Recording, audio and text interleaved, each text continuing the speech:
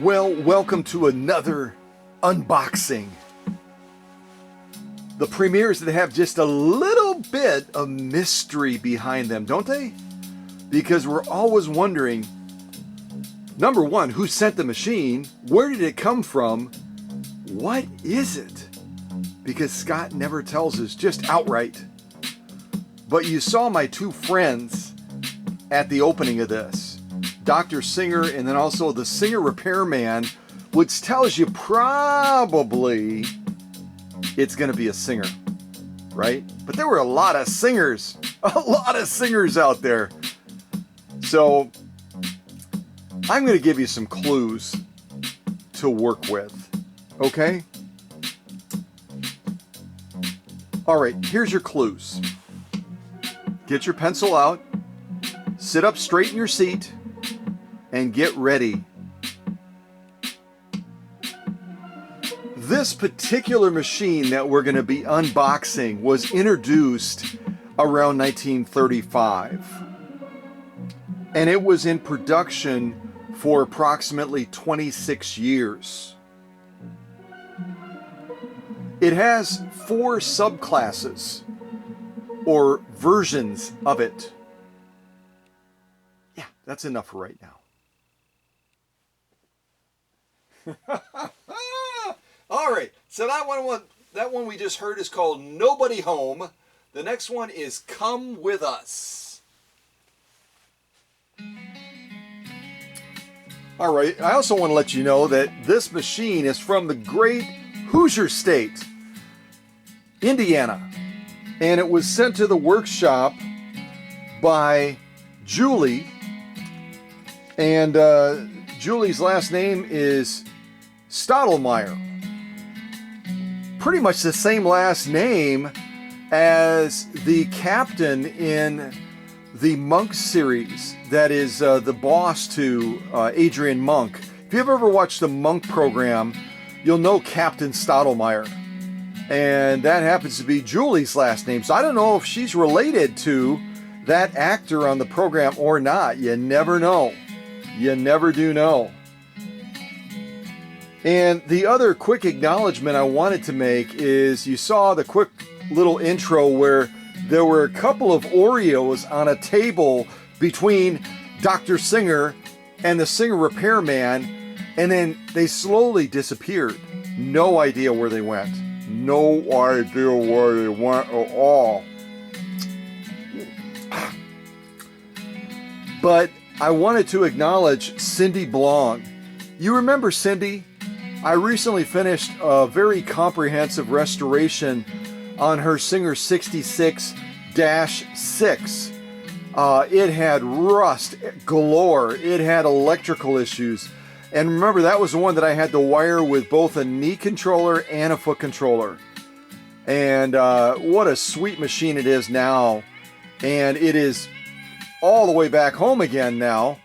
And Cindy, out of appreciation for all the work that I poured into that machine of hers, sent me a 30-pack from Amazon of Oreos. They're in the little mini packs, you know what I mean? There's probably like, I don't know, 3 or 4 or 5 little Oreo cookies in each of those little packs.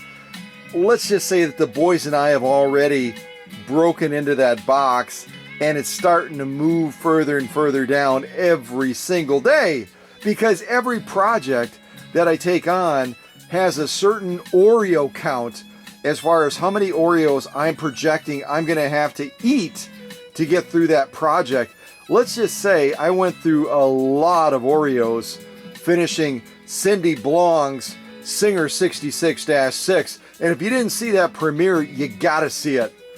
Just go to the YouTube channel, the Cow Country YouTube channel, click on that little hourglass, which is on the landing page on the right side, type in either Cindy Blong, B-L-O-N-G, or you could type in Singer 66-6. Either one, you should be able to find that premiere and watch that video. It is so worth watching it. You're going to be amazed. But shifting back away from Oreos, as difficult as that is, I want to focus on this unboxing now. Again, that was sent from the great state of Indiana, the Hoosier State, and was sent by Julie Stottlemyre. And Julie, if I somehow totally misread your name or messed it up, let me know that. That happens occasionally, just like when I was introducing Sibel and I kept calling her in the initial premiere Sybil. So I know how important names are to people. If I somehow goofed it up, just let me know that, Julie. So to play it safe, in case I did goof it up, until you say, nope, you nailed it, I'm just going to say Julie from Indiana. So, and we're going to be unboxing her machine today and finding out what machine did she send. And again, the clues are, and I'm just going to double check that I didn't miss giving you any decent clues. Also try to give you a little bit of history that Julie, not Julie, we're back to Julie again. Yes, we are. Duh, Julie, Cindy, Julie, la la. We're back to Julie as we should be. And I'm just trying to remember what Julie told me about this machine. It has family roots. So let me go way back to the very beginning and see if I can share that with you. I've got to scroll quite a bit because we've had quite a bit of dialogue.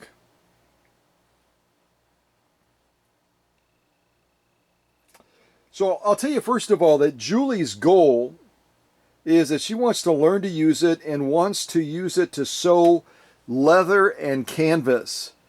So again, whenever I get ready, get done with the machine, I get ready for that premiere, I always try to build that premiere so that it's relevant to the owner.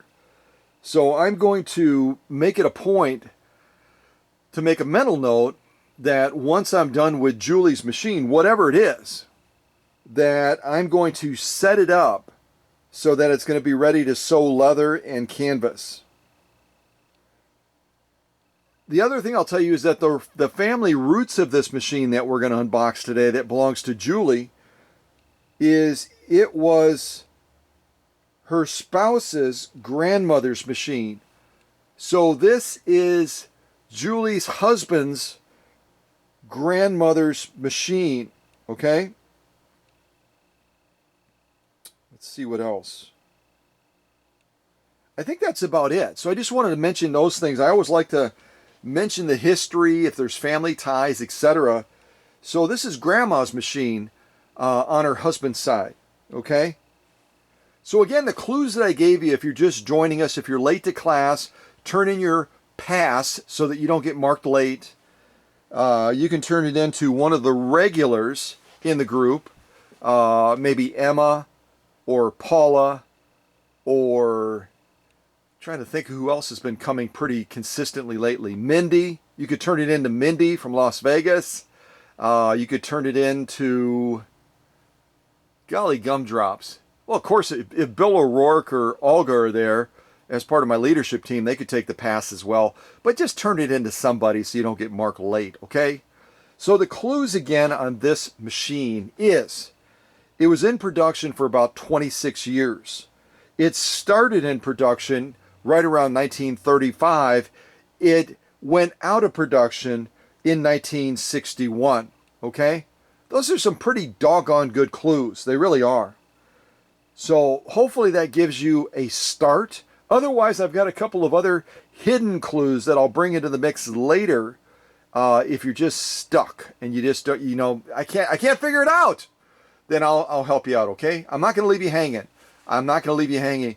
I always disliked the teachers that almost got a jolly out of making their students struggle for the sake of struggling, almost like an ego trip. You know what I mean? Did you ever have a teacher like that was just ego driven, and they always they kind of celebrated making the students feel stupid?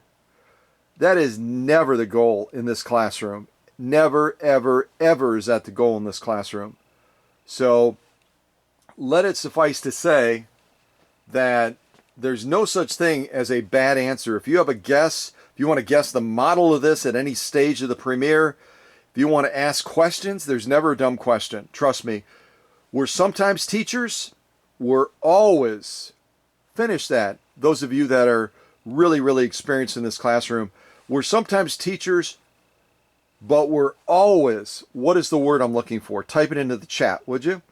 Okay? So with that, let me pick out another song. We're going to jump into this unboxing. So that last one again was called Done With Us. And the next one is going to be,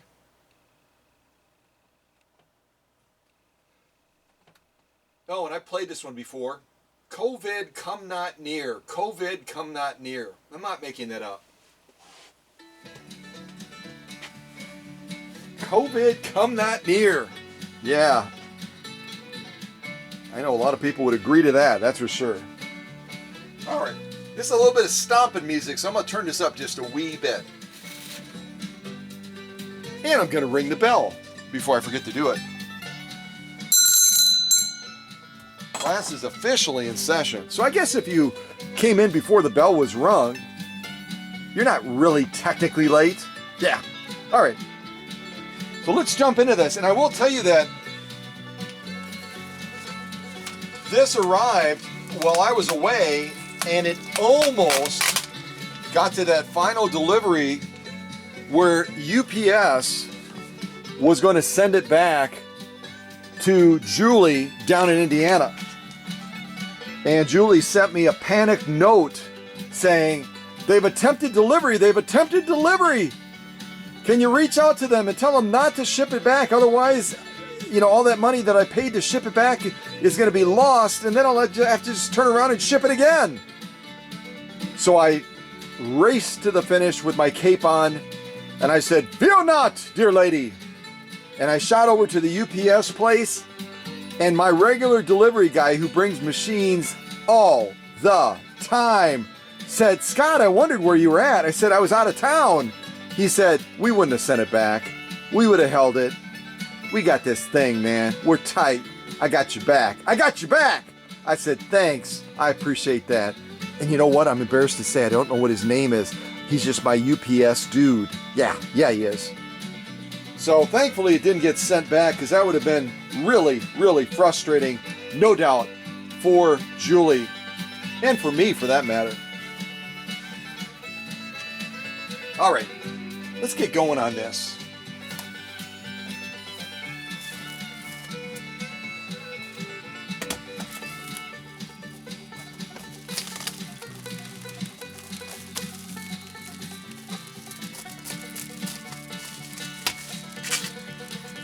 Listen to that banjo. I don't think it's Steve Martin, but it might be. You never know.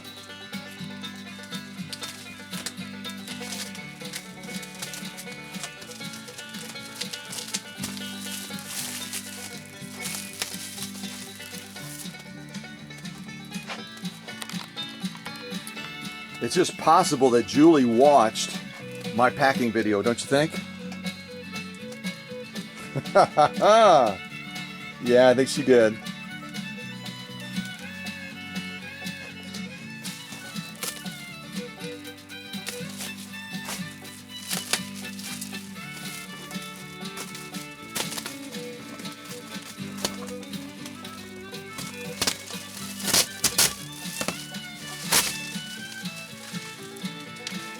Sorry, Yumi. I'm going to kind of drop this by you there.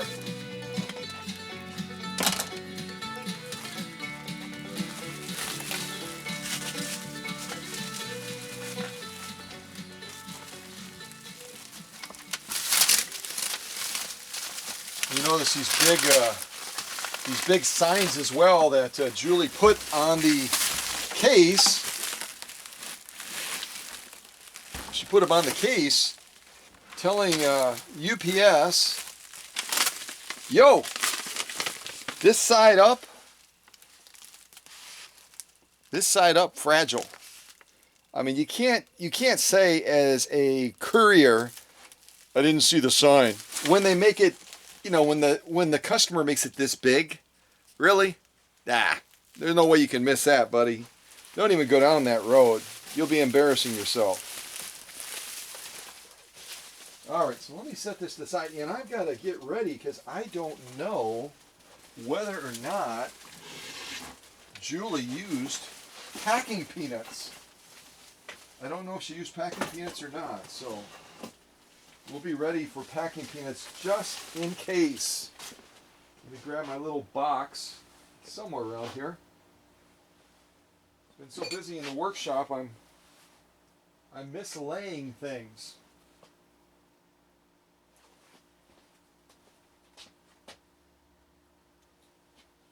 Well, for right now, I'll just grab a tote, which I do not have a shortage of. Just in case there's packing peanuts in there, that way we'll be all set. All right, let's put on a little bit more music, a little bit unpacking music here. So that was called COVID Come Not Here. A little stomping music, which I always like. And this next one is called Carabetron. Carabetron. No idea what that means. Carabetron. I'm liking Carabetron though. I don't know about you.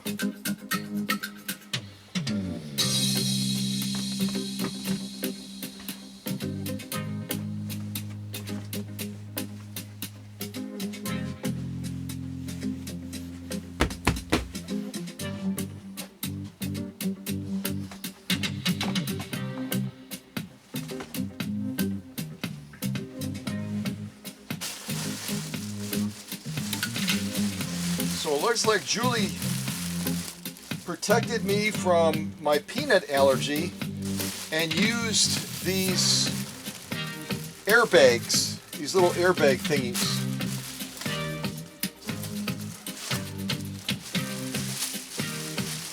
We'll see how they survived.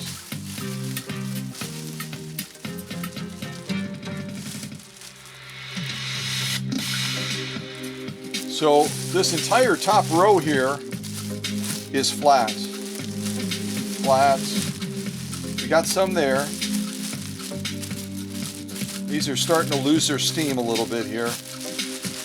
So, you know, again, packing materials sometimes are kind of tricky to pick out. Just make sure if you pick one out that if it has little airbags like this, that I'm going to pop this one right on top here. I'll just pop one of them. And see, when I pop that, just that one right there, I lost that entire row because it's all one chamber. So just be mindful of that.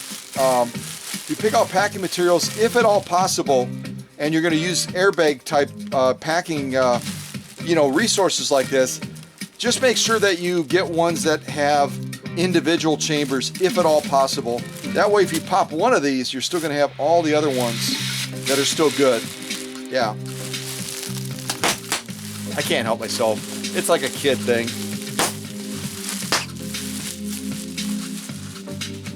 Yeah, I know.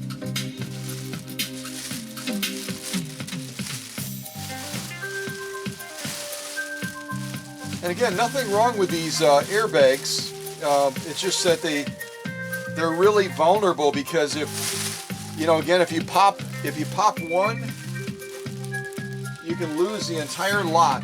You can lose the entire lot of them. So here's some I would say better type airbags, all little individual ones. See those? These are fabulous. So I would strongly encourage, if you're sending a machine to the workshop, use this over this. Because if we pop one of these, you're still going to have all the other ones. They're all individually chambered. They all have a single chamber. So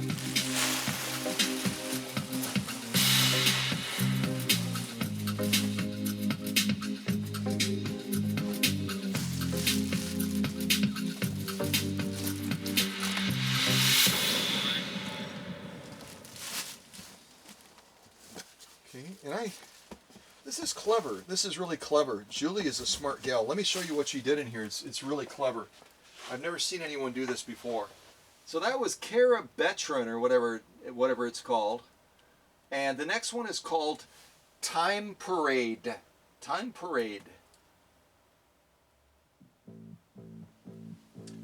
And if you're the least bit curious, the way I searched these songs today is I can type in the duration that I'm looking for. In other words, minimum play time of a song. I put in 3 minutes. That's why we have these. Not horribly scientific, but pragmatic nonetheless. So let me come off the tripod. I'll show you what I think is a clever approach from Julie's standpoint in utilizing her resources.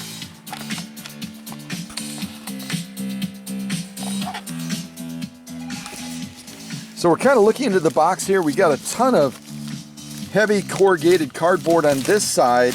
I can assume as basically protection. It's a filler, and it's also providing a barrier protection if something impacts the outside of the tote. And then over here, because she had all this extra space and she was like, I need to fill that space, she had these extra boxes, because this sure as heck feels like it's empty. I gotta turn that away because that has her address. Yeah, it's empty. Another box. I don't know what no cow means. Hey, if anyone knows what no cow is, because no cow, no bull, no way. It's clever, but you're making my cows nervous, folks. You are. Anybody know anything about this cow thing? So, yeah, this one's empty too. Another box here. Looks like it has. I'll point this away for a second because this has an address on it too. Okay, this one is the most fun out of any of them, because I don't think it has anything in it. No, it doesn't, but it has this confetti stuff. It has this confetti stuff inside of it. So that's kind of fun. So Julie is obviously a very, very smart lady. She's a clever student and very likely a teacher too. And she's heard me before saying, you don't want to have empty space. You want to immobilize the machine so that it can't get bouncing around inside of the tote.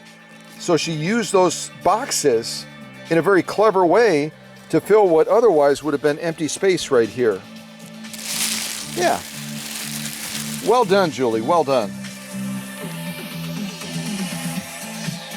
You can also see that she's done what appears to be a good job of cocooning the machine, although if we look real close, look down here.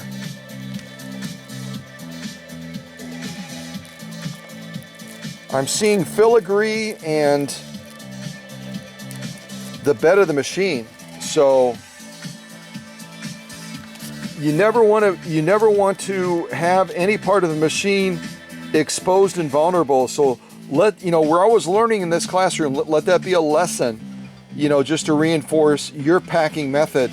The entire machine, from bottom to top, from top to bottom, from front to back, from right to left, all has to be cocooned to protect that machine. Okay, so let's get back up on the tripod, and we will continue this unboxing. Yeah, that was kind of a fun tune that we just heard, wasn't it? I enjoyed that.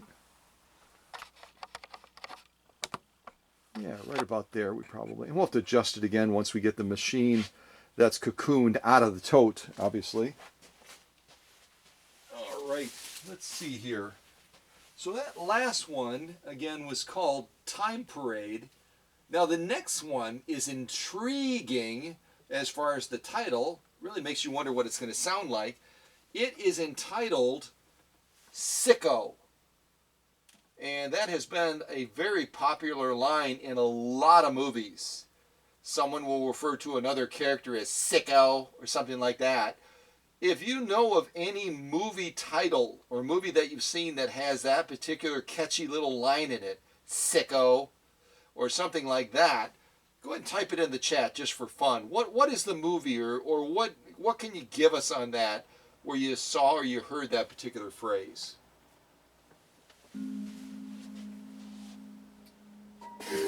Yeah.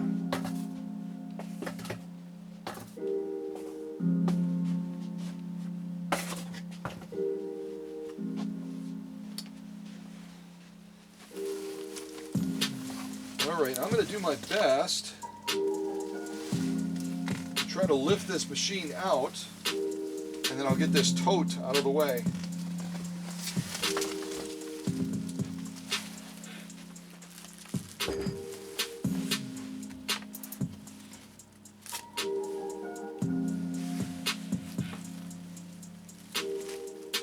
I'm going to set this on the floor just for a second because I wanted to show you the inside, and just want to make sure, yeah, that's Julie's name, so I'm going to put that facing down. It's like Julie's name is everywhere. All right, I'm going to try to protect your privacy here, Julie, as best as I can, but your name is on so many of these boxes. Let me turn that screen around real quick. Okay, so this is the inside that Julie has as far as the machine. Cardboard is a great barrier protection. In other words, if you're shipping a machine to the workshop, particularly if you're not using my tote approach, putting the machine in a plastic tote, which affords a high degree of protection. It also provides protection from inclement weather. Let's say that you're shipping a machine in the wintertime and it arrives, or I'm shipping a machine back to you in the wintertime and it arrives and you're not home, and all of a sudden starts freezing rain, or it starts to snow, or it starts to sleet, or whatever. The tote is always going to afford the best protection. And the tote approach is what I always use. I've used it for a very, very, very long time. Prior to that, does anyone know, and I know a couple of folks I've shared this with, and they giggled, they thought it was a clever thing to do, but they also were a little bit in disbelief, like, are you serious? That really makes sense, and that's really smart, but is that really what you did? Almost like to say, Scott, you're not really smart, and would you have really thought of something that clever? No, they didn't mean that. I'm joking. But do any of you know, prior to coming up with this tote approach and developing this and refining it so that I was able to ship machines all around the world, Japan, Switzerland, Australia, Germany, and all of those machines, thank goodness, knock on tote, arrived without any damage whatsoever. So what was I using before totes? Does anyone know? Type it in the chat if you know. If you know what I was using and you nail it and you're the first one to nail it, I'm going to be like totally impressed. I'm going to wonder if you're a stalker, but I'm still going to love you, and I'm still going to think it's totally cool. So I might even send you something special. What did I use before totes? What did I use? But back to this again, what I'm going to say is cardboard is great as far as barrier protection, but it does not provide much in the way of cushioning. It just doesn't. And again, I'm kind of trying to be protective of Julie's personal information, which is on a lot of this cardboard stuff. But I'll just say that if all that's in the bottom of this tote is cardboard, we're always learning in this classroom. This classroom is about learning. It's not about judgment. I'm not going to judge someone because of something that they've done. You know, they might have even done something with their machine that everyone else would look at it and go, that's just foolish. That's just dumb. That's what blah, blah, blah. I'm going to say it's a lesson learned. Just don't do it again. And what I would say is if all I find in the bottom of this tote is cardboard, let that be a lesson learned. You'll want to use either packing peanuts or some heavy-duty airbags like Julie used on top. But those airbags, if they're on the bottom to support that machine, you'll want to go around them with strapping tape all ways, you know, from top to bottom, from side to side, to reinforce and to have a shield of strapping tape to protect those bubbles from popping. I always use packing peanuts myself or foam, but if you're going to use airbag type things, just reinforce them with strapping tape if they're going to be supporting the weight of that machine. Does that make sense? Okay. I wonder if anybody got it. Did anyone get what I used prior to using totes? And this is going back many years. Probably over a decade. Maybe almost 12 years ago. 12 or 14 years ago I started using totes. And it is something that I came up with on my own. I just started thinking about how can I better safeguard machines. I looked at cardboard boxes, even heavy grade corrugated boxes, and I thought, yeah, but what if they get wet? What if the customer isn't home? What if I ship it to them and they get home late from work and the box is soaked because of rain or something? They're not going to be able to pick the box up. If they do, the machine could fall right through the bottom. What can I use instead of that? And I might have been walking through a Walmart or a Target store or something like that, and I walked past the totes and I thought, there you go. Yeah, it's a lot more expensive. I mean, some totes like this one right here can be $12 or $14. It's not a small investment. But what's the trade-off? Do you roll the dice and send it in cardboard and have a very dissatisfied customer? Not to mention put the machine at risk. Because even before it gets to the customer, what if it's sitting on a loading dock getting ready to go on the truck? And all of a sudden a spontaneous rain comes up, as it sometimes can in different parts of the country or different parts of the world. And then that courier, you know, UPS, FedEx, USPS, whoever, all of a sudden has a dilemma. How are they going to get this box in and out of their truck or on and off of that airplane without the cardboard tearing and putting that machine at risk? You know what I'm saying? Why even have that as a stressor, as a risk, when you can eliminate the risk by what I would consider to be, in the grand scheme of things, a modest investment. A modest investment compared to putting that machine at risk and stressing out a customer. It's not my goal. I want the customer to have a wonderful experience from start to finish. So, at any rate, all that blah, blah, blah is to say, if all that's in here is cardboard, which we'll soon find out, don't use just cardboard. Use something else that has cushion and gives float to that machine. Okay? All right, so I'm going to take a peek now. So here's a box in the bottom. It's just a box.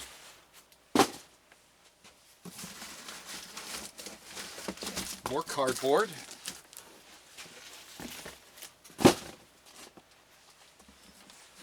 Now we're finally down to this. Ooh, I got a rock too. That's fun. Julie, if you want this tiny little rock back, if it's like a special rock or a pet rock, let me know and I'm going to send it back to you. Okay? I really would. I'm that silly. Okay, and then finally we're down to this last box. So this is the cushion, and I'm not going to turn it to the other side because Julie's information is on there. But this is the only cushion that was in the bottom of the box, giving a comfortable ride to Julie's mystery machine. This is something that you want to improve on, and I'm speaking to all of my friends watching this right now. Again, add a layer of, where is it? Add a couple layers of this in the bottom so the machine can ride on top of this. Nothing wrong with the cardboard underneath, but this will give more of a float factor to that machine. And I have 2 layers here. If it were me and I were using that as the main cushion on the bottom, I probably would go with 4 layers of this kind of stuff. Okay, makes sense? All right, so incredible tote, incredible packing job all in all. Just take those little tips so that we can continue to improve our process.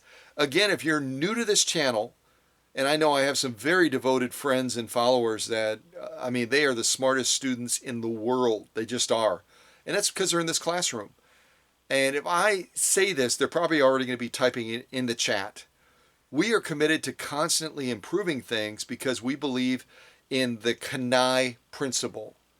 And it's a principle that I learned when I was an executive working with PepsiCo many moons ago, many moons ago. And we use the same principles at General Motors as well when I was working with them as well. And if you know what KANAI stands for, type it in the chat, would you please? C-A-N-I. Type it in the chat, please. First one to do it. Actually, you know what? Anyone that does it is going to get an A in the class for the day. Anyone that does it.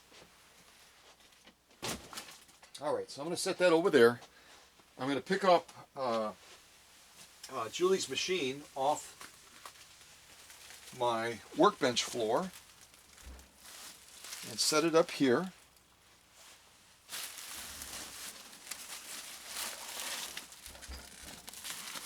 I just realized I knocked down one of my unicorns. That wasn't too cool. Sorry about that, guys. And my baby's over here falling over too. I may have to stabilize them somehow because I bump into the workbench all the time with stuff and they're going to continue to get knocked over. All right, how about a little bit more music? So this is the core packing that Julie did, which from what I can see right now, other than as I pointed out, making sure that you're providing protection all the way underneath the bed, on the bottom of the machine as well. Right now I have my hand underneath Julie's packing job right here, and I can feel all the components of the machine, which means there isn't any significant padding at all on the bottom of the machine. And a lot of the Singer machines have pedestal feet. And we've seen what can happen when that machine gets banged against a cement floor, gets banged against the metal bed of, say, a UPS truck or a FedEx truck, one of those little cast feet, just like on Alberto's machine. Remember Alberto's machine, the 130-6 that had the embroidery kit on the back? And when that machine was unboxed, one of the feet on the machine, the front foot, I think just the front left foot it is, right off of the bed, had gotten snapped right off. That was a pretty intense repair that I had to do to make sure that that stays permanently and that when he gives it to his granddaughter, it's not going to be something that snaps off on her. So, you know, all I can say is you want to really take into account that it's a heavy box. And if you're working for UPS, if you're working for FedEx, if you're working for USPS, and you're just tired. You're not a mean person. You're just tired. You've been hauling boxes and moving boxes all day long. And as the day wanes on, you know, you might just decide to, you know, let go of that box a little bit sooner than you intended to. And it might hit that ground a little bit harder than you intended it to do. And if on the bottom of here, all you have is a couple layers of cardboard and no padding whatsoever to cushion the ride of that machine, that could be just enough, hitting that cement floor, hitting that metal bed of the truck, to break off a cast support foot on the bottom of the machine. And then it has to be repaired. That's more cost to you as a customer. And so hopefully that didn't happen. We've been very fortunate with our vintage sewing machine fairies, looking out for us when we sometimes don't do as good of a job as we could. You know, we could do an improved job and we miss something, as any of us can do. And yet the machine has arrived without damage. That's always a day of celebration when that happens. But sometimes it doesn't. So we'll wait and see what happens. But again, if you're shipping a machine to the workshop and it has those cast feet on the bottom, you definitely don't want to be shipping it like this, where there's no cushion, there's no protection on the bottom of that machine at all. As a matter of fact, I can carefully kind of tilt it back. Well, no, I can't do that because I'll tell you why I can't do it, because it's probably gonna give a telltale clue to you as to what machine this may or may not be. Some of you are pretty savvy when it comes to the bottom of the machines and distinguishing characteristics. So let me just say, we'll look at the bottom, but right now I can tell you that there's no padding at all. I can feel all the different parts of the machine underneath there. So, all right. That was a lot of blah, blah, blah. Okay. So we played Sicko. Now we're going to play Studio 2020. Studio 2020.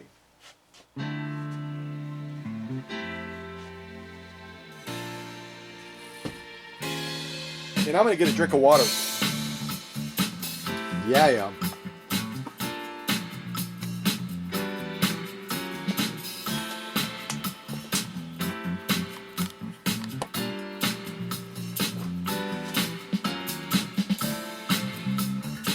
All right, I'm going to get in a little bit closer too, because we don't have to be this far out for the machine.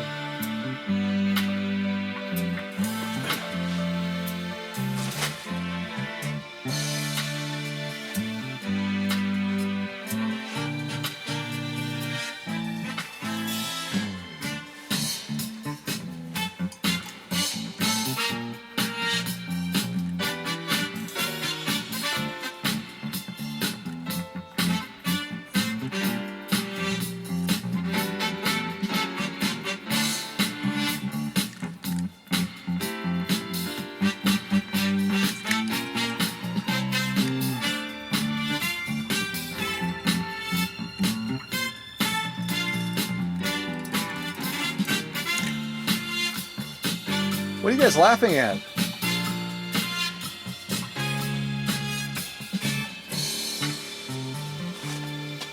All right, let's get back to this unboxing. That Julie sent us from the great state of Indiana, the Hoosier State. Yes, I know, Dr. Singer, absolutely. It is the same state of the History Museum from South Bend, Indiana. Yep, I hope those folks are well. I know they have a big gala coming up sometime soon, so shameless plug, if you were one of the Heroes for History, you're probably going to get a gala invitation to go to Indiana for their big fundraiser, so keep an eye open for that. You never know, right? All right, here we go.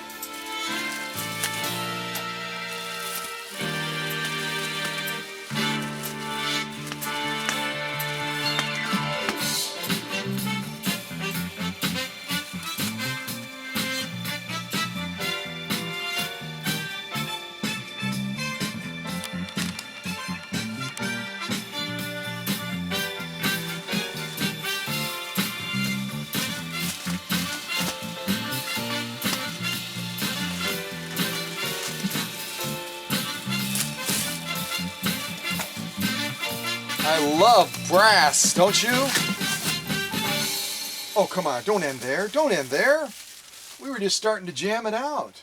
That's the kind of music we used to play in jazz bands, sometimes even in pep band. We would jam stuff out like that. Man, oh man, that was a lot of fun. Was anybody else in band? Was anybody in band when you were in, I don't know, how early do you start band? I guess I started in band when I was in elementary school, like around 4th or 5th grade. And then I did it all the way through high school. If anyone was in band or orchestra or choir, type that into the chat. Come out of the shadows and share. Hey, I was in choir. I was in orchestra. And even if you want to share what you played as far as the instrument, I think that would be way cool. Most of you know that when I was in school back in the day, I was a trumpet player. So just like when I was down at the History Museum in South Bend, Indiana, remember my friend Kat that works with Christy Dunn? Kat's a trumpet player too. So tell me what you played if you were in band or orchestra or a choral group or something like that. Maybe a community band or something like that. Share what you did. Share what you played. That would be way cool. I gotta play that again. I really like that brass style. I don't know about y'all. Yeah, come on.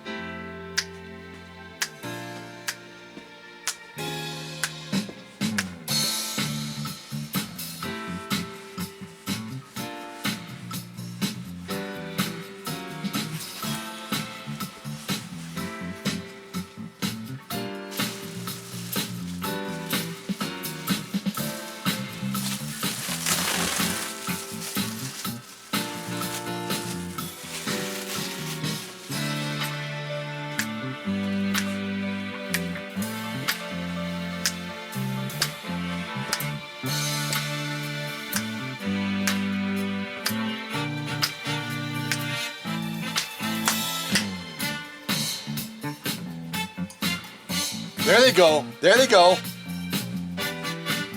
My trumpet players.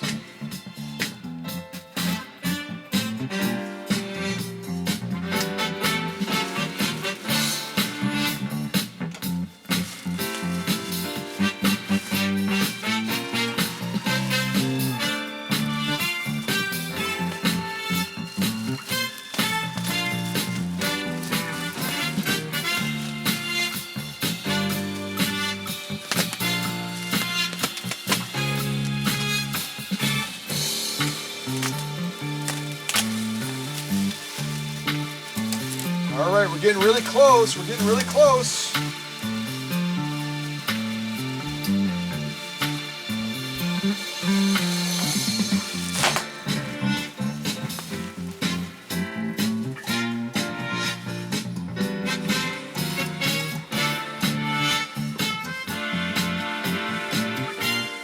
All right, if you're sitting right now, come on, get up and dance with me. Get up and stretch your legs. Come on. You've been sitting too long. You've been sitting too long. Little hip movement. Come on.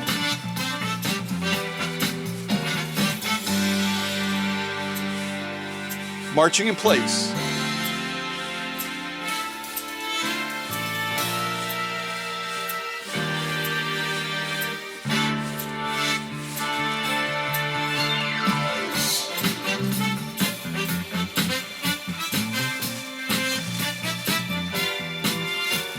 No, I didn't watch Richard Simmons when I was growing up, but you never know. He was a cool dude. He could get people motivated, you know what I mean?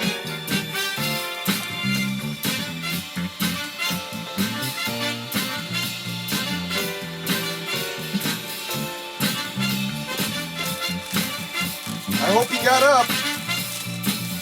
Gotta stretch your legs, gotta stretch your legs. Oh, we're getting so close. Oh, we're getting so close. I love the sound of that group. I'd like to hear more of them. I'd like to hear more of them. Studio 2020. Now the next one is called Sonora. Sonora. Sonora. Yeah, it is.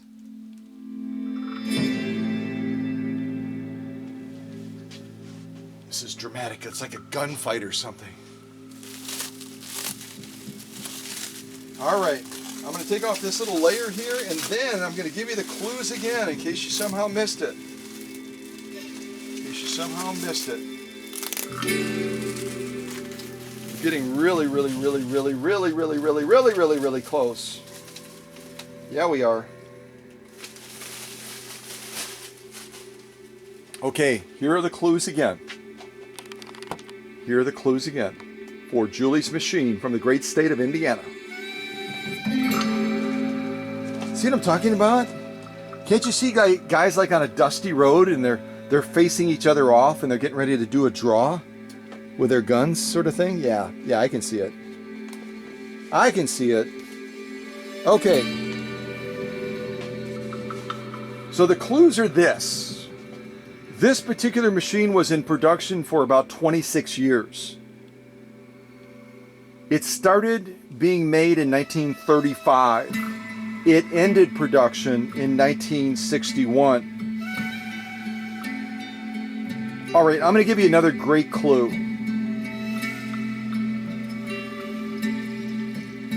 If you'd like to know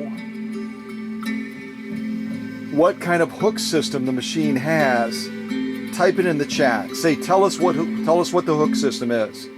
or give us the hook system, please. All right, I'm gonna give you a few seconds to do that. If you don't do it, if you don't type it in the chat, then I'm not gonna give you that clue, because that might help you. That might help you nail it. What kind of hook system is in this machine? I'll tell you if you type it in the chat, okay?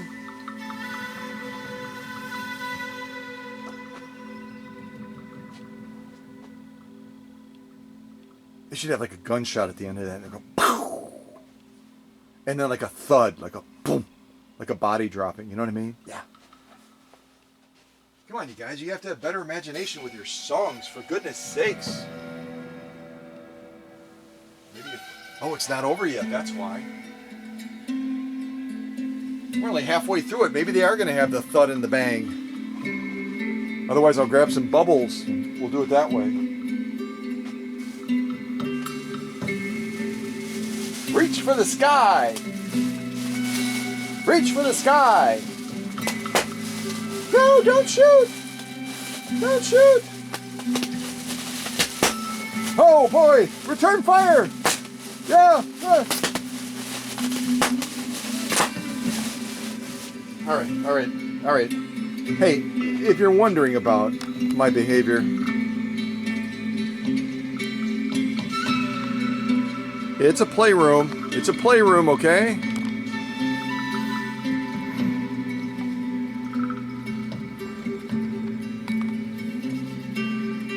Okay, I'm assuming that, and I'm not looking at the chat, but I'm assuming someone wanted to have that clue. So I'm going to tell you that this particular machine has a rotary hook system. It has a rotary hook system. It was in production for 26 years. It was made from 1935 until 1961. Okay?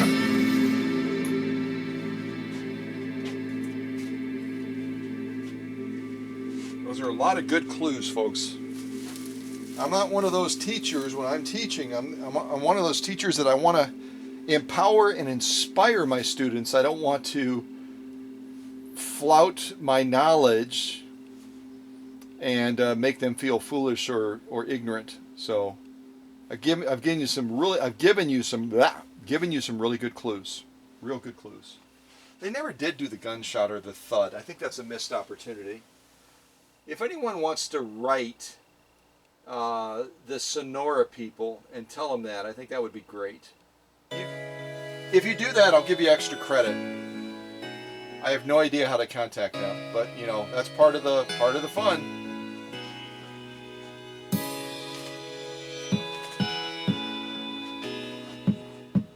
All right, let me zoom in a little bit closer and give you some more.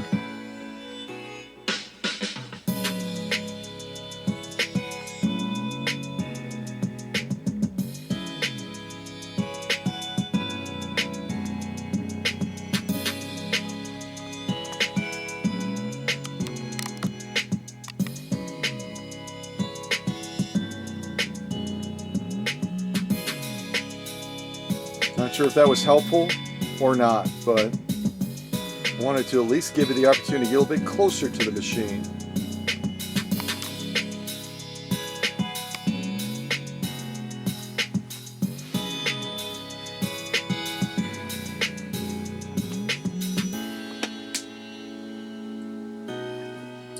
All right, let's continue the unboxing. Or at this point, the unwrapping. Yeah.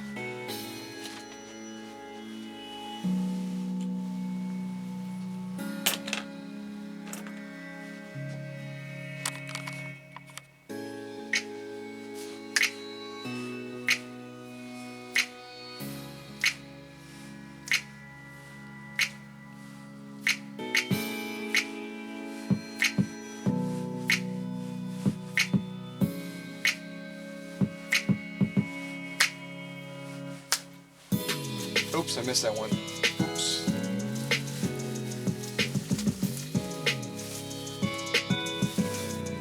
So this is basically a cover right here that Julie made. It's a cover for the machine. So I'm going to give you another huge clue before I pull the top of this off, because when I pull the top off, it's basically going to show the entire machine. So let me get something ready and I'll show you something. All right, wait for it.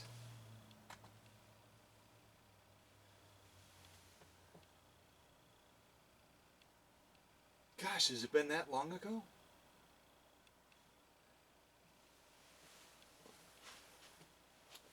I guess it has been. This particular little clip I have was done in July of 2019. July of 2019. Almost 2 years ago. I didn't realize that much time has passed already. Wow. Okay. All right. So here's your mega clue as to what machine does Scott keep trying to describe to us. A machine that was in production for 26 years. It was made from 1935 to 1961, and it has a rotary hook system. And it's obviously going to be a Singer machine because Dr. Singer and the Singer repairman were out there. Yes, they were. So let's head over towards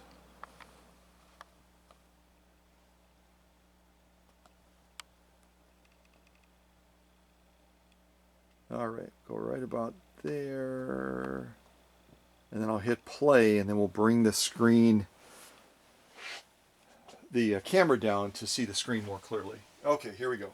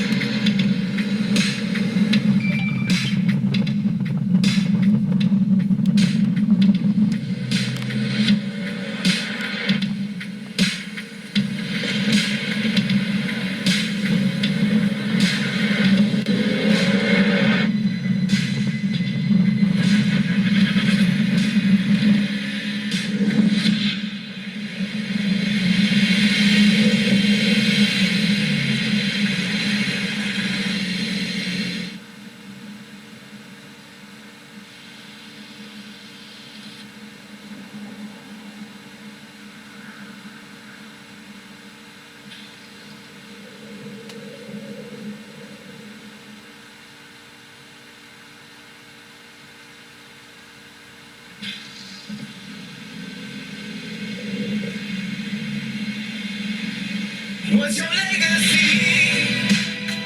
What's your destiny? Who's the enemy? It's inside of me. Where's your miracle? Where's your hero's goal? What's your destiny? What's your legacy? What's your legacy?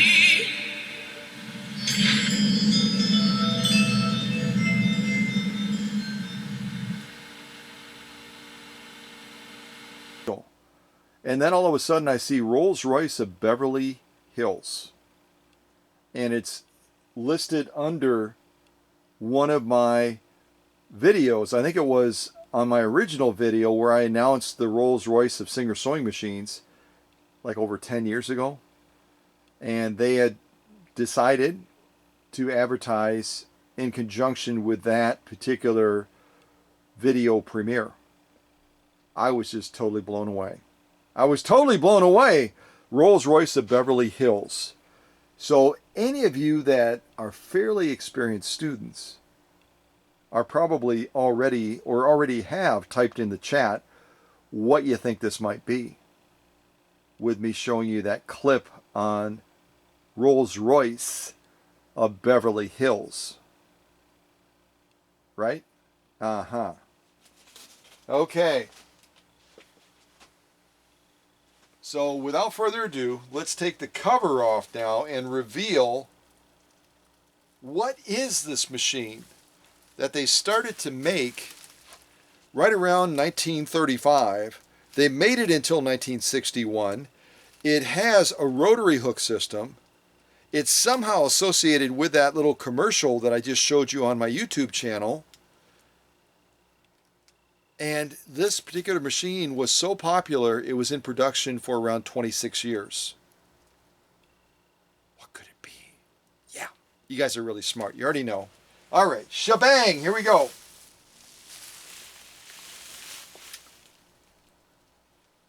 obviously, the Singer 201-2. 201-2. The Rolls-Royce of Singer sewing machines. I was the first one in the world to declare, to proclaim that this particular machine was used by Rolls-Royce in the latter 1940s into the early 1950s. Right around 1948 to 1952, they used a 201 to sew the interior leather panels of that luxury car that you just saw featured in that cool spot with the very unusual woman and the very unusual guy. I don't know if that was like date night and all they do is like they drive out to the desert and then they roll their window down and they look at each other and then they put their window back up and, hey, good seeing you, bye. Or I have no idea.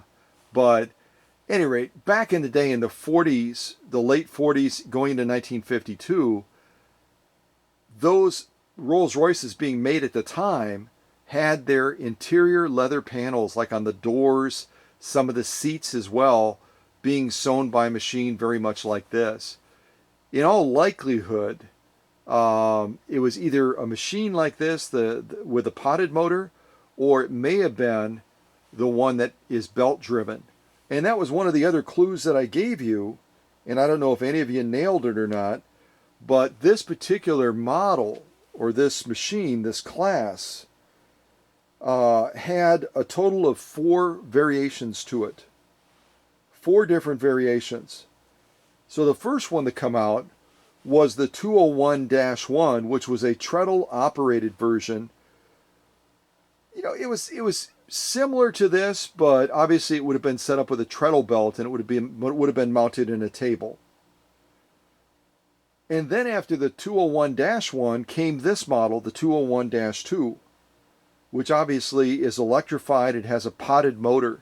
And the potted motors on these machines are either going to be 0.5 amps or 0.6 amps. Then they came out with the 201-3, which was also an electric version of the 201 series, but instead of having a potted motor, it had an external belt-driven motor, similar to the setup that you would have seen recently with Mattie's 222K. It would have had a similar setup to that. And then finally, the last version, the last variation of the 201 came out as the 201-4, and that was set up as a hand crank. And the 201-4 was a lot more common in the United Kingdom than it was in the States. And of course they had a 201K, as they oftentimes did. A lot of the machines would originate in the UK. They would introduce them and then roll them out in the United States afterwards. But that was part of the clue that I gave you as well, is that this particular mystery machine that Julie sent had 4 versions within that Class 201 series. The 201-1, the 201-2, which you're seeing on screen right now, the 201-3, the 201-4. So, but again, being in production for 26 years, that's huge.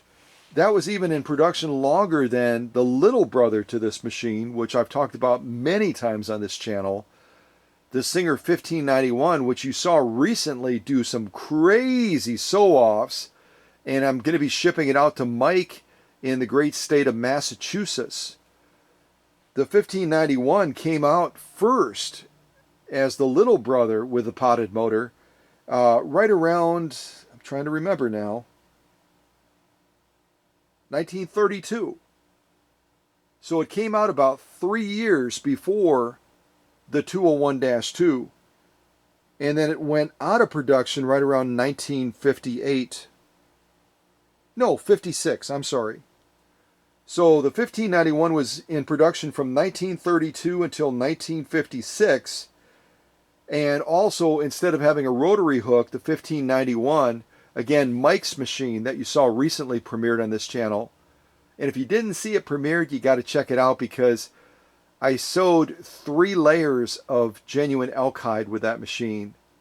That's about 16 ounces of leather. If you want to see a machine that is crazy strong, you got to check out that premiere video on Mike's machine, the 1591. But the 1591 has an oscillating hook system instead of a rotary hook system, is what I was leading up to once I got the date of the machine correct. A lot of dates in my head, so sometimes I goof up. But again, this 201-2 rolled out in 1935, right around 3 years after the 1591. And then it was in production for about 5 years, is that right? Yeah, 5 years longer. The 201-2 was in production for about 5 years longer than the 1591. So very, very, very popular machines, both of them, because of that potted motor, that direct drive, that positive traction. I mean, it's gear to gear, and you don't have to ever change a belt on the 201-2, nor do you have to ever change a belt on the 1591, the little brother to this machine that you're seeing on screen right now. Okay, so that's just a quick little summary on some of the stuff that I'd share with you to kind of give you the clues that you needed to guess right.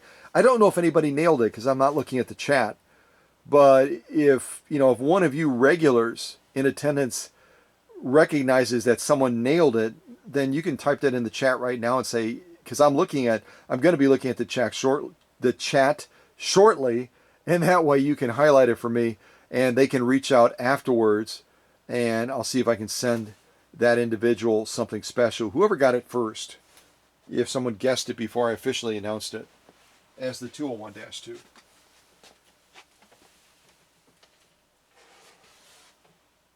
Well, if you had never seen that clip before of that commercial that I was able to capture on the channel back in 2019, and you want to watch it again, on the landing page of the YouTube channel with that hourglass, just type in the search Rolls-Royce Beverly Hills. Rolls-Royce Beverly Hills, and you'll see that you can watch that spot again, because it's probably going to have better clarity if you watch it on the screen than what I just showed you right now. Yeah, you just never know, do you? It's kind of cool. Okay, so we heard Sonora, we heard Crew. Now we're going to put on one of my favorite songs, and it's called Kazoom.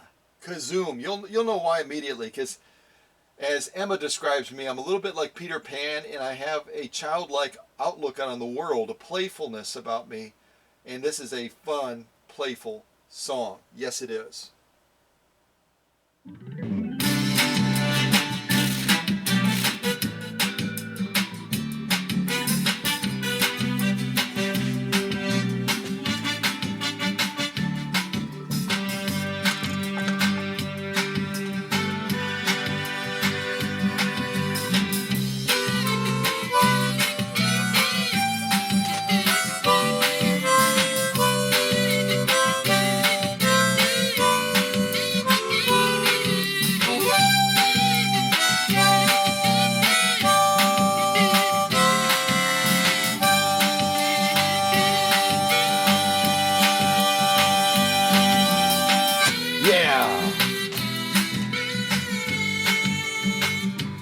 And no, it wasn't a kazoo, it was a harmonica, but it's close, it's close.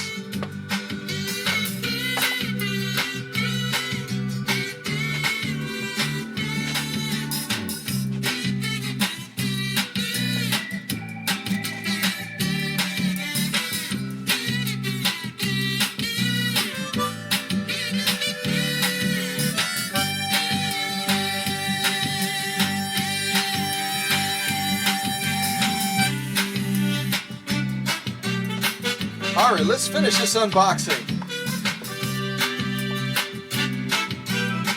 I love this song. Oh, I do.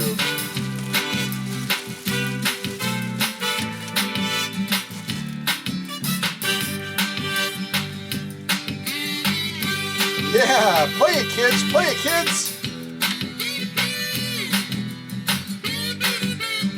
Oh yeah, this does need some rewiring. Julie told me that.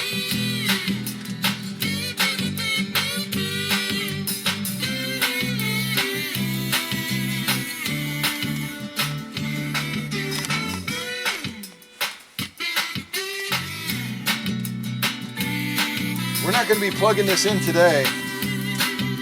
It's got some scary wiring going on.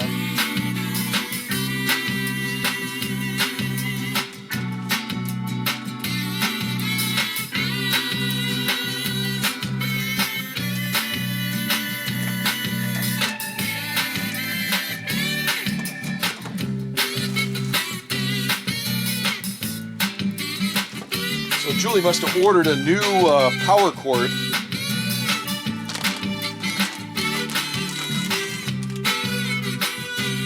Oh yeah, this is an aftermarket one, and the way you can tell is right on top here. It'll say "Made in Taiwan," "Made in Taiwan," and the original ones will say Singer on them, S-I-N-G-E-R. So this was probably an eBay purchase or something like that, which is fine. They do a decent job with these, and sometimes the original ones are not available. But that's how you tell the difference, Made in Taiwan versus Singer on there. So yeah.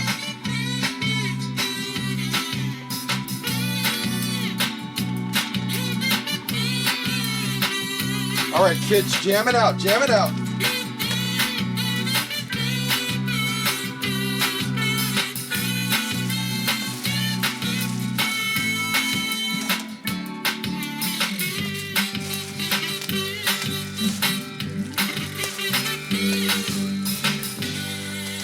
Oh, it always ends too soon. It always ends way, way, way too soon. I love that song. So that was called Kazoom. And now we're going to hear Alley Cat. Alley Cat.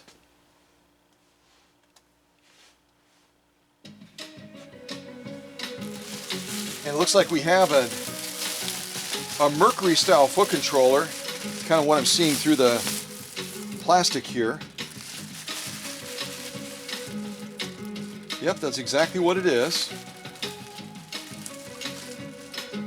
And this is obviously set up to go, most often this is going to be set up for a base or for a table when you have plug-in points like this.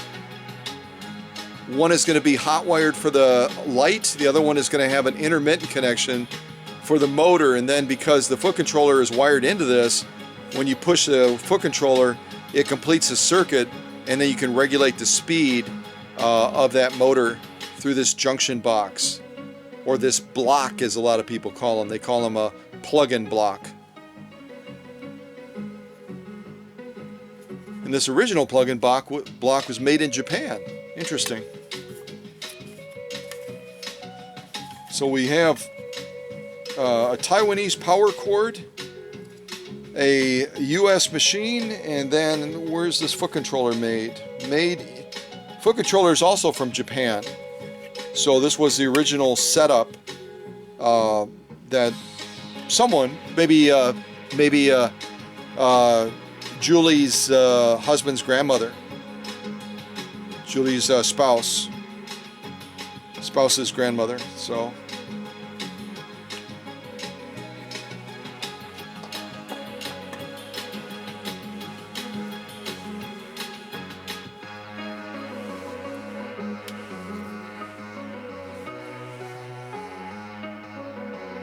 some wiring opportunities. Yeah. And this you can see, based on the coloration of the cord, this is a lighter gauge lamp cord. It's for, low output, maybe like 50 watts, 75 watts, something like that for a light bulb. So we may have to look at changing this out too, because this motor is going to demand at least 0.6 amps, and that's going to push us a little bit beyond the boundaries of what this cord is intended to provide. So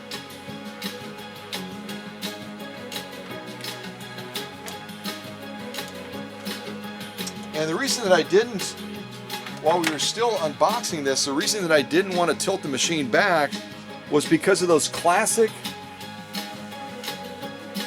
pedestal feet that are on the bottom of the 201-2. Tell you what, I'll set this pillow back here. We'll kind of go around the machine a little bit, and then I'll tilt the machine back and show you what I mean. If you're not familiar with the 201-2, or you're brand new to VSM space, you're brand new to vintage sewing machines, you'll be able to see what I'm talking about, and you'll be like, oh yeah. Now that I've seen them, if I saw a machine on the bottom again, I would recognize those pedestal feet straight away. So they really are a classic identifier in this machine. So Veracruz is our next one, Veracruz. Let's come off the tripod and look at this machine a little bit closer. And I did not look up the serial number. I didn't know what the serial number was until we just took it out of the box. So if anyone wants to look it up and type it into the chat, you may get something special. Let me move this little felt out of the way. We'll look at that right away.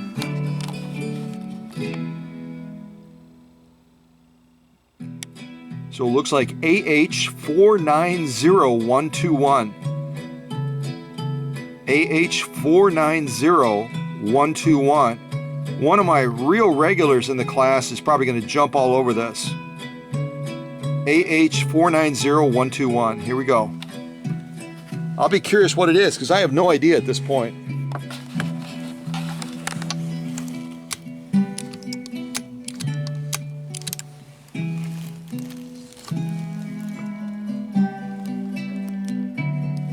So this is our drop-in bobbin right here for the Raceway and the hook system. And there's two different school of thoughts on the bobbins for this particular machine, the 201-2. Some people really like the plastic ones. Other people would throw the plastic ones away in a heartbeat and go with metal ones. And the thing with aftermarket ones, you know how as we're looking at Julie's machine, we've got an aftermarket style foot controller. It's not the Bakelite style one. We've got an aftermarket power cord. The thing about aftermarket products is they sometimes will get close to the original specs, but they'll be just a little bit off. And I've had that happen with the bobbins, where the Class 66 bobbin that should be able to slide right in here, it slides in, but it slides in and it's overly tight. You almost have to kind of push it in there hard. And that's because when they did the specs on the bobbin and they manufactured it, they were just a hair off. Because an original Class 66 bobbin will slide in here it fits like a glove. It fits perfectly. So just be aware that if you buy aftermarket anything, it can be off. It can be a thousandth of an inch off, and that's enough to cause it to not ride in this hook system properly. And you'll have thread breaking, you'll have thread feed issues, and all kinds of other stuff going on. But again, this is going to have a rotary hook system, which means as we turn the balance wheel, you're going to notice that it goes all the way around. It keeps going like the Energizer Rabbit. It keeps going and going and going and going and going and going and going and going as the machine is running. As the machine is running, it's going and going and going. Whereas an oscillating hook system would be like this.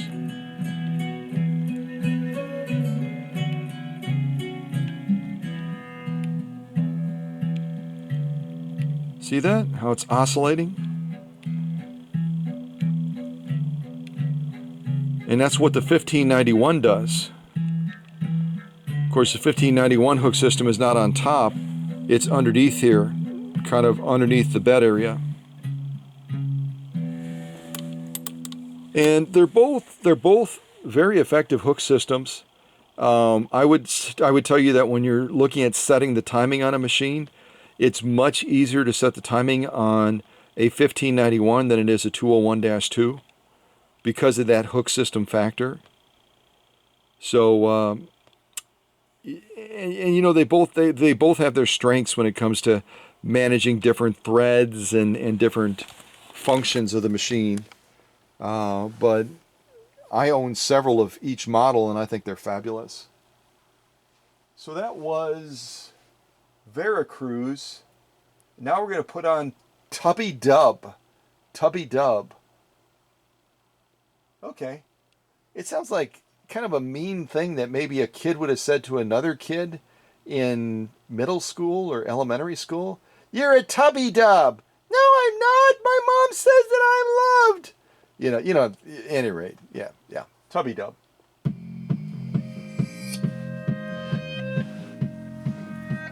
Oh, look at this. This is interesting. This is the felt that I pulled off.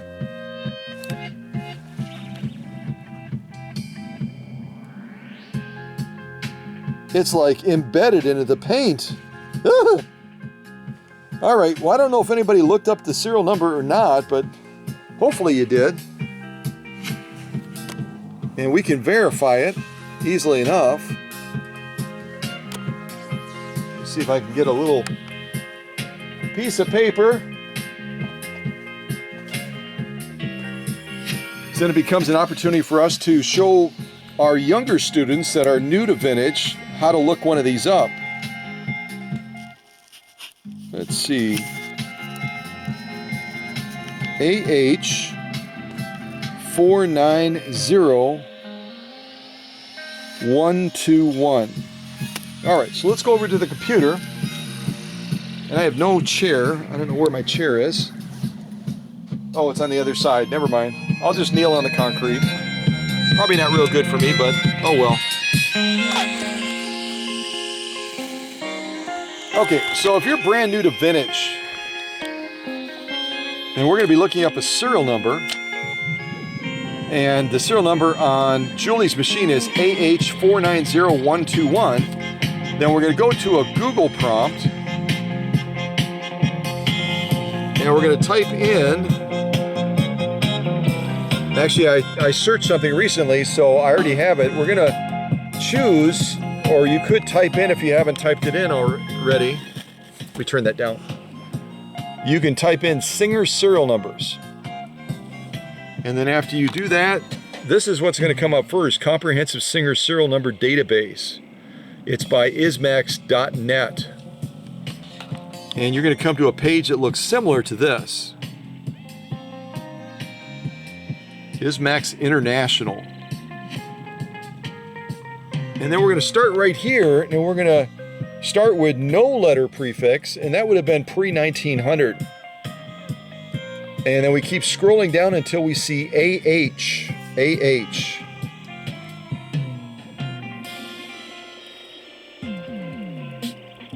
There it is. We're going to choose AH. And it's going to give us a commercial.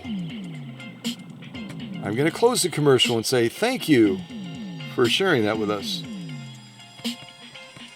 And now we're going to scroll down, and what we're looking for is 490121. So a 6-digit number starting with 490. 490. So let's keep scrolling down.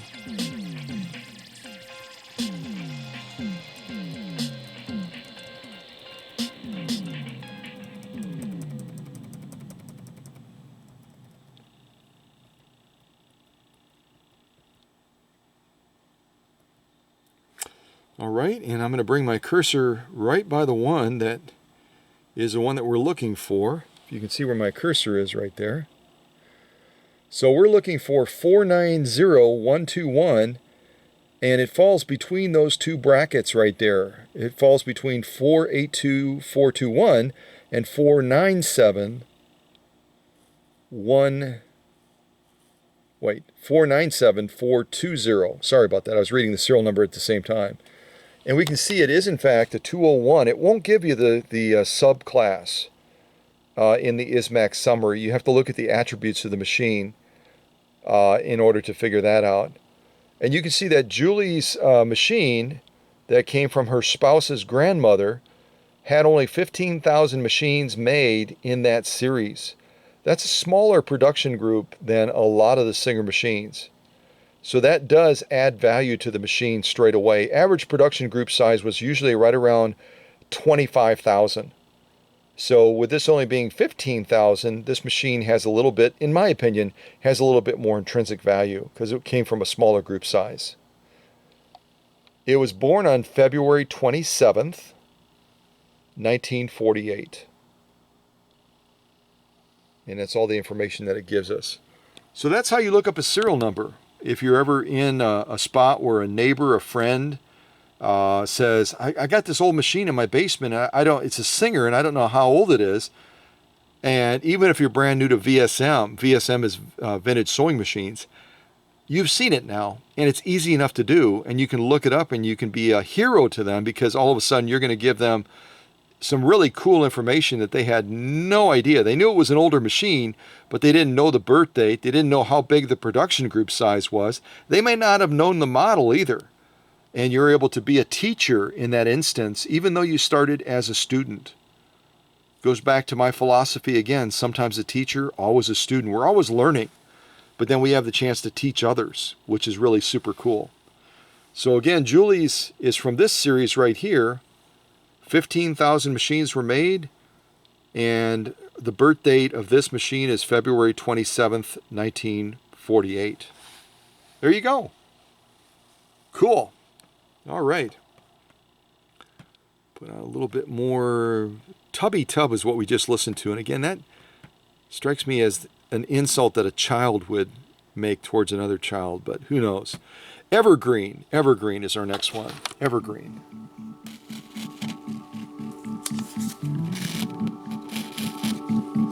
All right, let's just walk around the machine real quick and keep our fingers and toes crossed that there's nothing that got damaged. Because again, the bottom of the machine was not protected very well at all. Boy, that's super stiff.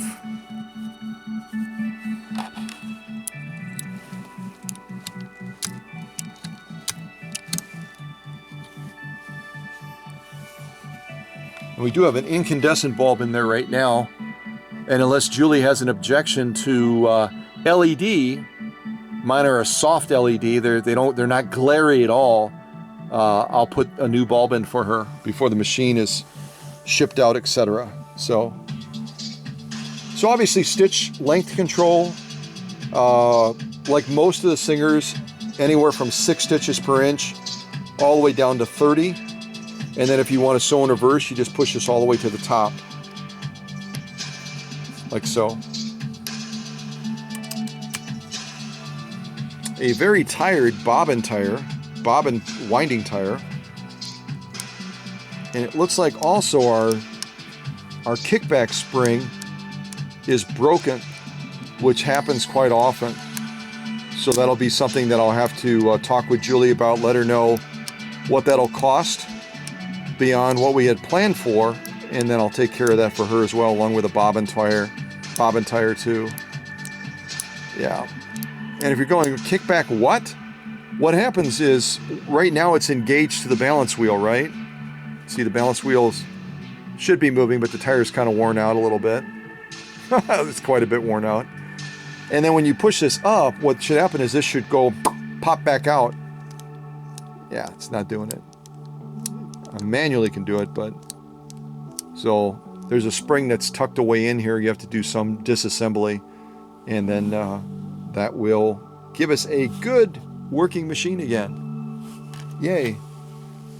So let's kind of rotate this a little bit.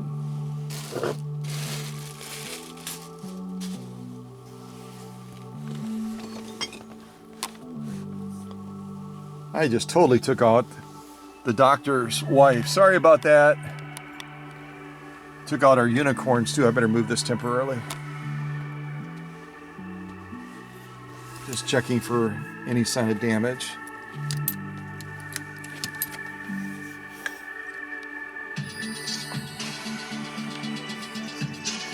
And again, if you're shipping a 201 or any of the machines that have this plastic housing for the plug-in, make sure you provide extra protection to that as well. These are notorious for getting cracked, and either when you're moving the machine around or when you're shipping it, because that's just a thin plastic right there. Again, because of this unknown factor, I'm not going to try plugging it in because it could be dangerous. It could be very dangerous. So.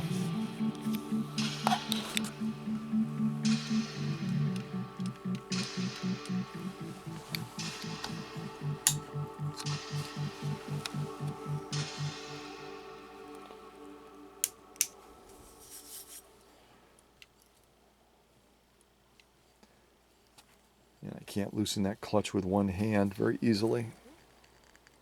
Yeah, it's real stiff. And the way this balance wheel is turning right now, you can't tell with me doing it, but it has a lot of resistance. And it could be that it's all crudted up in here where those interlacing worm gears are. It could also be that we have rust and varnishing throughout the machine. You can see it there on the top of the needle bar and also on the presser foot. Stuff like that acts like cement inside of the machine, and it can quickly cause a machine to get a lot of drag.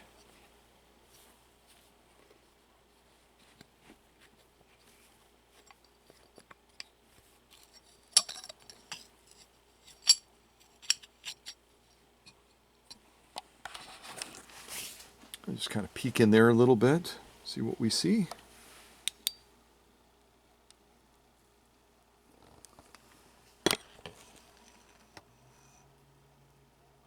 Yeah, it's got a lot of gumming up and a lot of varnishing. See all that?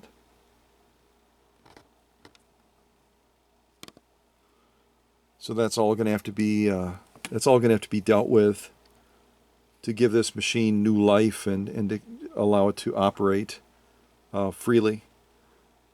Because if you try operating a machine when it's in condition like this, it's going to cause so much strain on that motor's going to be overheating. Yeah. So I'm very grateful that Julie sent the machine in. The machine needs to go through surgery and have a lot done, and I can only imagine what I'm going to find within the guts of this potted motor too. So let me do this. Let me see if I can, from my knees, spin that machine around. The 201-2 is quite a heavy machine. And I'm going to set that pillow down and very, very carefully lean our friend back.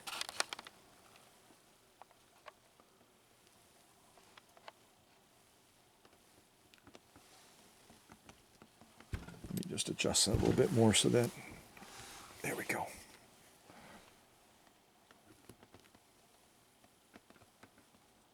Okay, brilliant.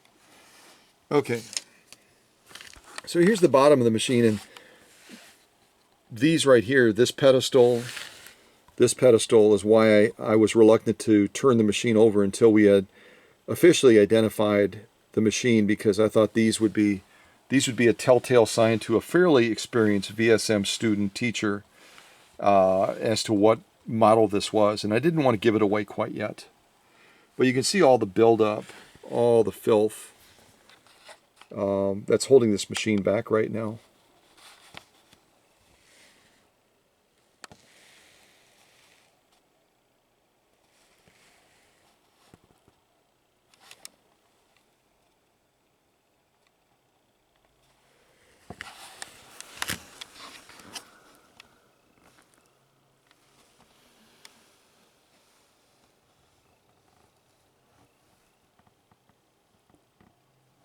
Well, the good news is, from what I can see, at least at a high level of examining the machine right now, we don't have any apparent damage to the machine. So that's very, very good news.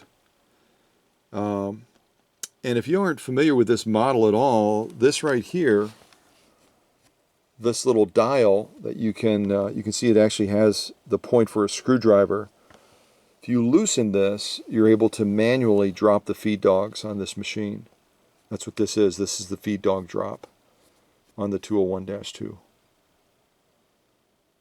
And this is a really, it's a very, very complex machine as far as the depth of servicing that you have to do to it. And so when I talk to a customer and they say that they've got a 201-2 and or the little brother 1591, the labor hours that I have to put into getting this machine optimized and right, compared to a standard Singer, it probably adds, depending on how bad off the machine is, anywhere from 6 to 12 additional hours of work because of this model and the way it's set up. So.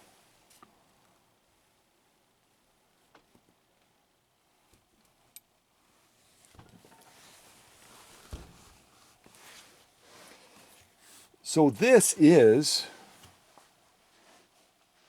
Julie's spouse's grandmother's machine. Again, born February 27th, 1948. And again, you can call it a 201-2, or you can refer to it as I did about 11 years ago. Again, I was the first one in the world to do it. It's kind of cool.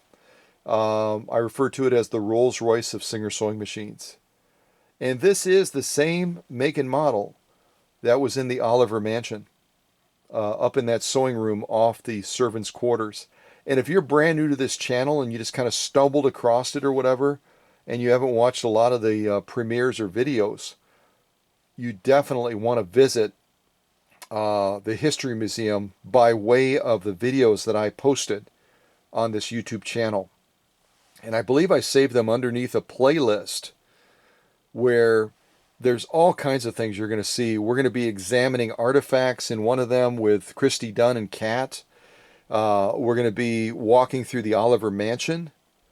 We're going to be going through the actual Singer cabinet plant because of the access that a gentleman gave me to be able to walk through those musty, dark hallways where at the time that the cabinet factory was operating in its prime, they were making on average 10,000 cabinets a day, over 2 million a year. And you'll actually, it's a short walk, but you'll be able to actually get inside of that building with me through the video that I posted and through the premiere that I presented. You'll actually be able to walk those hallways of that incredible facility that made all of those cabinets that were distributed around the world. So if you didn't see it yet, you want to check it out. It's pretty amazing. So this again is Julie's 1948 Singer 201-2, the Rolls-Royce of Singer sewing machines. And I'm incredibly pleased that even though it didn't have really, really great padding on the bottom, thankfully it only traveled from Indiana to Wisconsin. And, maybe the UPS people were feeling particularly nice that day, and they treated it with a little bit more gentleness than maybe they would have if it had come, say, through Chicago, O'Hare, or had come through California or one of the other major hubs. Of course, Chicago is a major hub too, so I'm just going to attribute it to the vintage sewing machine fairies were really looking out for Julie's machine. So there you go. Another successful unboxing. And I say successful because Julie, all in all, did an excellent job of protecting this treasure. Again, apart from a couple of little things I pointed at so that we can continue to improve our process. And that constant and never-ending improvement is the CANI principle that I alluded to earlier. CANI, constant and never-ending improvement. We're not nearly as good today as we will be tomorrow. We're constantly improving things. I'm improving my process of servicing, restoring, repairing machines. And even through the packing phases, we can make that even better, as great and as proven as it is. So, Julie, thanks again for sending this incredible Rolls-Royce of Singer sewing machines to the workshop. I'm glad that we were able to get in that little window before they tried that third delivery, and then they would have sent it back to you in Indiana, and that would have been poo-poo, no good. So I'm glad we were able to. I was able to go over there and pick up the machine, and able to get it safely to the workshop. And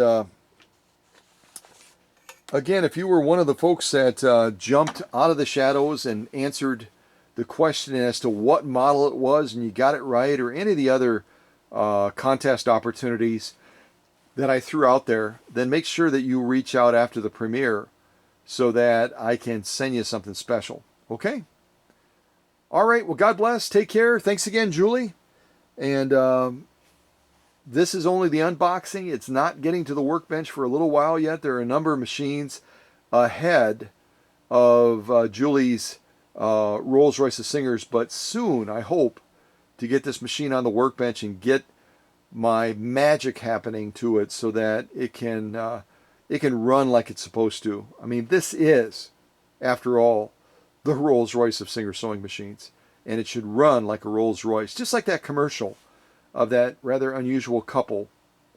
Yeah, maybe that's the way they dress in Beverly Hills. I have no idea. All right, take care. See ya. Oh, and a quick quote. Let me grab my quote book. I actually have a quote book now. Who knew? See if I can give you a fun quote out of this book. This is called Seize the Day. The best view comes after the hardest climb. So I'll see if I can pull a quote out of here. Yeah, this is a good one. Why don't we go with the first one right on the inside of the cover? It's your road and yours alone. Others may walk it with you, but no one can walk it for you. Yeah, blaze your own trail. Yeah, baby. All right. See ya. And thanks again, Julie.